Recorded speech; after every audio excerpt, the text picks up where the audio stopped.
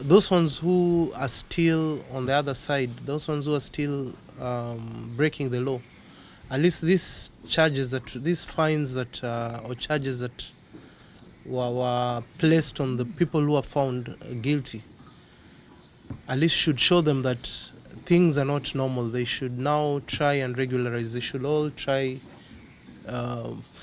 because with pharmacy, it's a matter of public health. So it's very important that we take care of the public.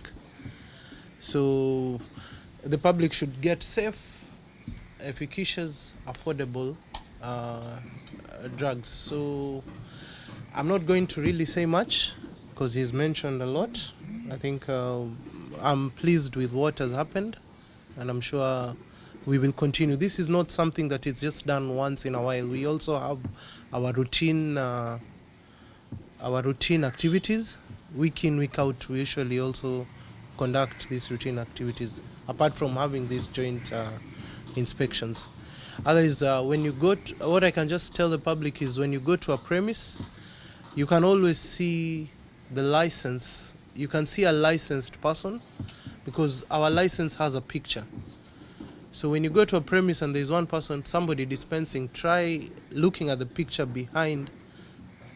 There'll be a license, just try seeing if a picture of a person on the license is the same person who's dispensing. If not, you can always ask questions. Don't just go trusting anyone. We closed around 95 premises, which have been sticked with our closure notices, and I think we have a copy of the closure notice that we need to show you how it looks like. And to inform the offenders is that a closure notice is a government document that is not supposed to be either defaced or removed. So it's a crime actually to remove it if it is fixed to your premises. It means that your premise has been closed until otherwise regularized or determined by law. So those 95 premises are supposed to remain closed, and I think we will share the list with the media. We will share the list with the county commissioner. We will share the list with the lowest level, including to the chief and the OCSs, wherever they are, nearer to those premises, so that they can continue assisting us in enforcing the closure. So a closure notice is, a closure notice is like this. You realize if a premise has been closed, a closure notice has descriptions of exactly what happens. So basically, the name of the premise needs to appear, and the public needs to know, because we fit it in a place that everybody is able to see, that this is a premise that is not supposed to offer the healthcare services in regards to our chapter. So we also have the names of the inspectors and the crimes that are likely to have been committed. So this is a government stores or a document. So you can, if you deface it, it's a crime. If you remove it, it's a crime. So it's supposed to stick here or there in the premises until at that time when your premises is legalized, or probably the government realizes that, or the court has realized that you are legally, or you're supposed to continue your business, and probably you get orders on that.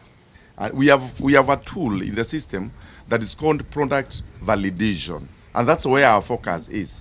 When you continue validating the product in our premises, you sample them and see whether first they are registered, properly regulated, and sometimes you find that 100% of the product that you validate are actually within your network. So for example, how do we reduce the price of medicines in the country?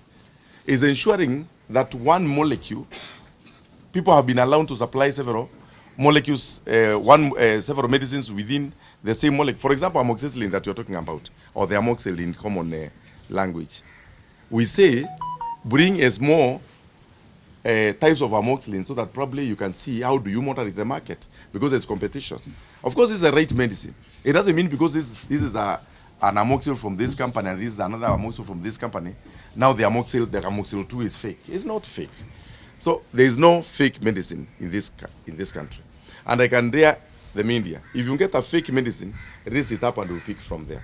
Because like now, we are not only arresting people, we also do what we call validation of products.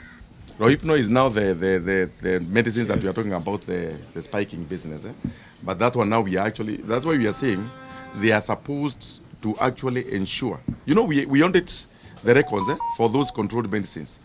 You must put them, you must actually properly register them, the quantities that came in, who took them. You know, for regularized premises, it's easier to get the data. But I'm also sure some companies that are distributing those medicines have also taken it very serious. Because if we find the records are not tallying up, we can also easily prosecute you. It's not a business as usual.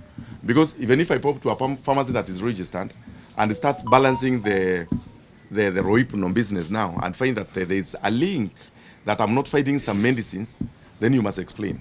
Because otherwise, we may decide to prosecute you by failure to account those controlled medicines. But for the issue of the blue pill, the sildenafil, remember, it's a prescription medicine. So it is a prescription medicine. You're not supposed to buy it and just take it. It is supposed to be a prescription medicine. So for those that are buying over the counter, then they're doing a wrong prescription for themselves. Otherwise, can easily cause serious issues. Yes. So wajue tu hatutalala hata kesho, next week kuna watu wataachwa hapo kuendelea na kazi, na sisi tutakuwa mahali nyingine bado tukikazana na hii kazi. So kama wanataka kujisaidia kabisa, if you have a loan for the bank, don't invest on this thing, because dawa zitaenda, na dawa zikienda kotini, what will happen? Zitachomwa. Because of course, if you are not qualified, you are not qualified. How are you going to prove to court? You know, this is the easiest case. This case is the easiest, because here you are not qualified, isn't it?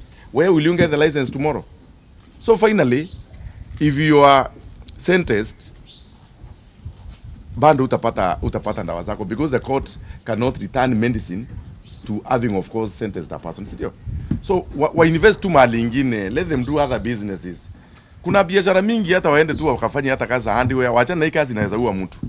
Because ukianza kupea watu ndawa na ujui ni nini unawapea, utajikuta kwa shinda kubwa. So let them know the pressure will continue.